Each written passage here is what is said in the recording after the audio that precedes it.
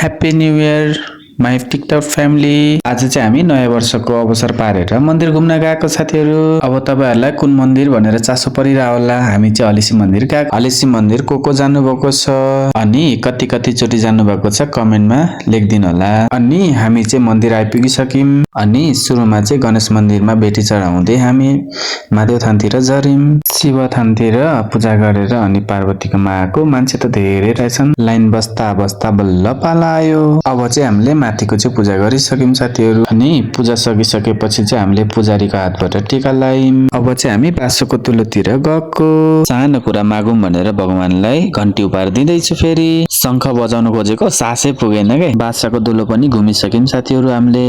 यो चोटीसँग म चाहिँ 4 चोटी भयो हलेसी गएको। अब लाग बत्ती त बाल्न सकिँदैन साथीहरू। 3टा भानी बत्ती बाल्दिम भनेर हामी बत्ती बाल्न लाग्यो। पुजारी बाले जल दिँदै हुनुहुन्छ हातमा। हामी चाहिँ हत्केलामा जल राख्दै मनमा प्रार्थना गर्दैछौं। अनि आजको पूजा चाहिँ हाम्रो सकियो साथीहरू। अब चाहिँ हामी खाजा खान लाग्यो। अनि आजको चाहिँ भिडियो कस्तो लाग्यो साथीहरू कमेन्ट बक्समा गएर बताइदिनु होला। आजलाई यति नै भन्न चाहे। हस्त बाइ बाइ।